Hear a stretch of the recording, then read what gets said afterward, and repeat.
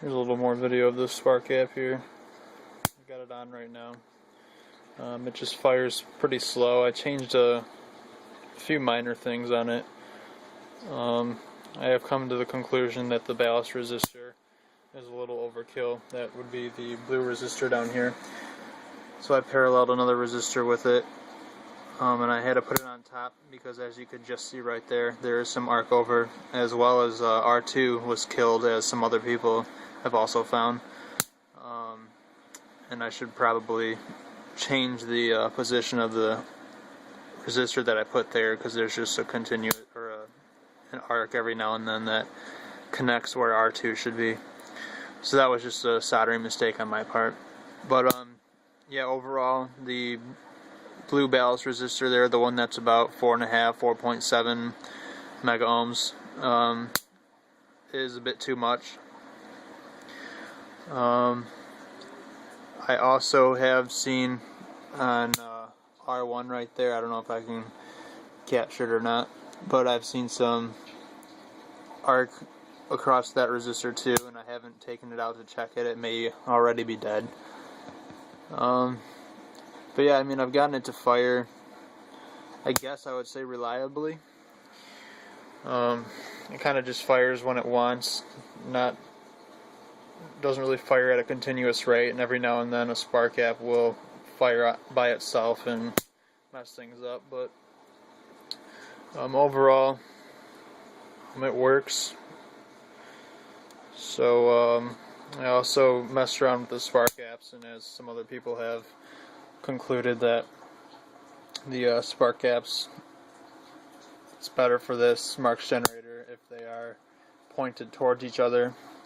And I used a pair of these wire cutters here that have the flat bottoms, and I kind of snipped the ends of the spark gap so that they were pointed. And I did the same for the output spark gap too. I don't know if you can kind of see the little point, the little shiny edge at the output spark gap, because it's pointed. So yeah, I mean, I guess it works alright.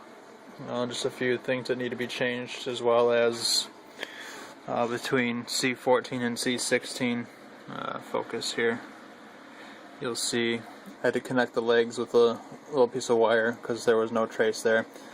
And also, I might have already killed the resistor I put in place of R2 from the arcing that you saw between them, because the power is still fully on and I'm not getting any results anymore again. So yeah, as you could see, there is some arcing going on between the resistors, particularly on the lower side of this board, R1 and R2. I haven't seen any other resistors with corona or anything like that. So, you know, my thoughts would be, number one, to definitely lower the value of the ballast resistor there. If you're having problems getting it to fire, either swap it out altogether with like a 1 mega ohm, or parallel something with it. And I would also move the resistors farther out, widen the board and move them farther out from the capacitors to discourage any arcing that may want to try and form there, and to use some thicker traces to carry the high voltage.